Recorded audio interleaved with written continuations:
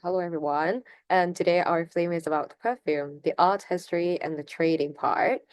And then now we are having this questionnaire in this content table. If you have any questions, you can also link in.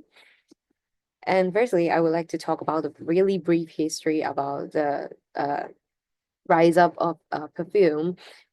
Basically, it's about Louis 14th, and then he moved his royal court to Versailles in 1682, and then the perfume was used as a means of masking body odor or embalming the air of the court, and then because they're in a very unpleasant environment due to poor sanitation. So and this is a very like everybody knows it, and then afterwards because Louis XIV is so obsessed with the scent, so he committed to make a new scent for each day of a week, and then he used a blend. It's called Aqua Angeli, and then he also have a pavilion built in Versailles, filled with the fragrance flower for romantic encounters.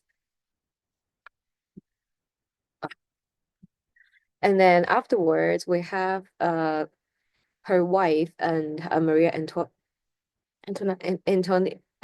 and she gave more like transition of perfumery from medicinal to artistic expression occurred uh during her days, and then afterwards there is a little bit of decline because the competitive environment was governed by the needs to reduce costs, integrating productions, and possibly down to the level of managing of the raw materials, and then was and then after 1850s, and then there are pretty much of them reduce the entire range of essence necessary for perfume production, and then they have to like resort to more than one supplier, and then it make the industry become hardly to survive. And then afterwards, about 1914, there is a house to bring it up again. And then after the decline, I would like to talk about just said about the hygienes and the role of the perfume. Because while we're talking about hygiene, how do we know how they use it as a cleaning, sanitation stuff? As the photo you can see, it's mainly about like very vapory stuff, and then you will get in the box, and then people will get in its steam as very like stabilizes people's body. And also they are also thought to strengthen body and mind, prevent some spasms, and cure the lethargy. And then this is like an invention by Pierre Le Hood in the 1770s. And there are some ingredients from the perfumers, and then also there are mercury and sulfur that make them to pose them to danger if they used as hygiene. And then afterwards, we have some more uh, uh, rather than hygiene, we have the role of perfume because as we know that perfume was used to like brought by Louis 14th, and it should be for male, but why is it like turn out to be a women's stereotyped product? And now it's about courtship and seduction, but it should be for something we can use for both women and men. And then this is where there should be the equality of uh, the men's and women's use. And then afterwards, we have Faye to introduce as a perfume as also as an art form.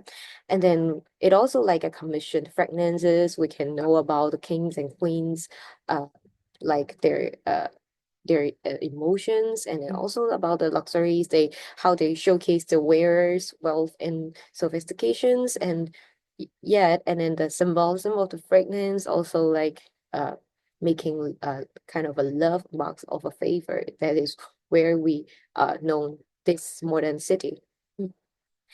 And then beside of the role about the trading, I think the trading part would be the most important part because while perfumes are so like luxurious, how they trade them in their nobility, and then uh, they were used the trade cards and board size to promote the products, like the photos and the given postcards here, and then we will give it to the nobilities.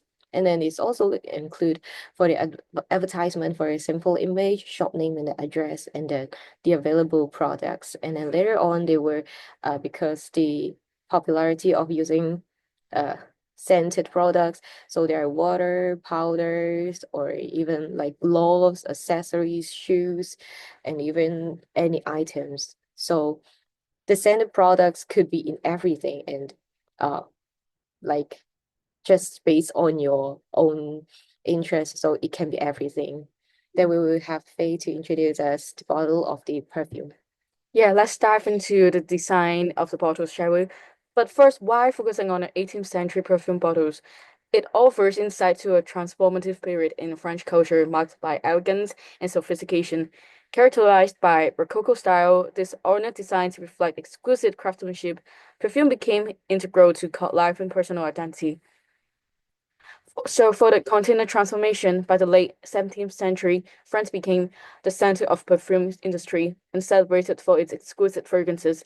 The growth spurred the creation of specialized containers for aromatic materials, enhancing perfumery and contributing to the rich tradition to craftsmanship. So, how's it like before? So, in the 17th century, they used to store it in like the vinaigrettes, this small decorated flask that comes in various shapes, typically rectangular, and are often attached to a chain for convenience to protect the erosion from the acid within. But why its functionality? Why the change? High society began to prefer delicately scented waters made from floral bouquets over more intense perfumes. To avoid overwhelming those who found stronger scents imposing, ladies were advised to carry the fragrances in a flask. So it towards to making it like a fashionable fragrances to a stylish method of storing, displaying, and wearing perfume. What are the norms material? So porcelain was the primary material, but Athens also utilized glass, rock crystal, silver, gold, enamel, amber, ivory, alabaster, and other materials. Among the most sought after enamel scent and etui, crafted in Boston and Birmingham, England. The techniques used in making the bottles are bowling, cutting, and gluing. So the glass was skillfully blown in the shape and then intricately cut into patterns. And the gluing will add a touch of luxury, like gold leaf, to apply to enhance the beauty of the bottles, showcasing exquisite craftsmanship. And for the shape, so various shapes come into including the elegant falcon, which featured a slant body and a delicate neck for easy pouring, and also a globe offered a rounded, inviting designs, where an ornate style showcased intricate designs and embellishment. And some of them are like a small boxes, they endowed with patterns and finishes. For patterns, they often featured intricate patterns such as florals, like the comfortability of nature, also the leaf motifs, like organic touch, seashells for the marines. So there are really different themes. Colors, a diverse palette were showcased that include vibrant colors like the cobalt blue or the emerald green, but however, the white porcelain with gold gilding remained the most favored choice. The combination really highlight the elegance, the gold embellishment, enhancing the pristine white, creating a striking contrast and amplified the artistry of the era. But automation, they were also quite exclusive, featuring elaborate engravings such as the cut designs, also the gold caps, and the gemstone inlays, enhancing aesthetic appeal. For the characteristic for the antique fragrance, the bottle. So for that period, French perfume bottles embodied the artistry of three distinct periods: the Neoclassicism, Rococo, and Baroque. So each of them maybe they will featured simplicity or the overly dramatic romanticism or dramatic lavishing decorated details. And the intricate designs also they featured floral, symbolic, and geometric, such as the flowers represent love and purity. Additional like the symbolic graving like hearts and doves. have a deeper meaning, but also the simpler one like geometric patterns, like diamonds or zigzags, so quite structural. Um, so what set the French bottles different from others? It leaves a really remarkable impression with its luxurious ornaments, intricate patterns, and elegant shape, serving a really significant cultural symbol. The exports of France, particularly these exclusive perfume bottles, have become integral to the country's identity, reflecting its rich heritage and artistry. And what difference with the modern ages perfume bottles? Modern perfume bottles contrast sharply. Like today's bottles are typically more like a glass or matte surfaces, allowing transparency, emphasizing simplicity and elegance. Decorations are more often found on the cap rather than the bottle itself. So the common shapes are really curvy cylinders or large rectangular chunks with standard volume like 100 ml. In contrast, the 18th centuries are more ornate glass, intricate patterns, and smaller, more elaborate designs. But in both centuries, they often offer tester size for portable use. Yeah, mostly a glass chunk sitting at home. So for the impact of modern perfume bottles is profound. They represent luxurious love and nature, and perfume is undeniably an industry and a significance of France. Oh, and like our after we have some antique stuff, information, we also have some modernism, uh, uh, more than data. Like as we have known in the class about Parisians are very alert with the super sweet, sugary, and loud perfume, and it's like very very strong of like candies or cotton or even like some very floral stuff, while they are more be like airy, breezy, flowy.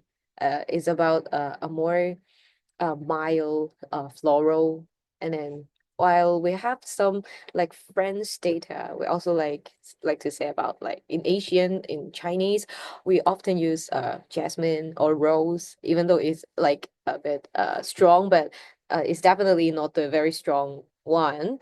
And then afterwards, we have this data is about the leading women's fragrance in France in 2023, and then the popularity of the index score. It was surprisingly it's not Chanel or Dior, but Narciso have the highest score in this data. And then we will show it afterwards. And then about culture export, like I have said, I studied Japanese before, so I am so into about the Japanese culture too. So it is a very blended culture with Japanese and French because Izumiyaki is like based in Paris and their design and their even their fashions, and it is composed by Ja Jacques Cavier, and then he was the one also composed Louis Vuitton's perfumes, and then it also like produced with the same factory house in Burberry. It's called Beauty Prestige International. And then it's also matched with Parisians, like their scents, like aquatic floral is not very strong. And then it is a very luxurious in Japanese, and it is a high-end perfume. So we not only like focusing on the big brands about the Dior, Louis Vuitton, or something like a Chanel #5, and then we have so much more because with the same factories, same houses, and it will be more varieties for the perfume mixed. Yeah.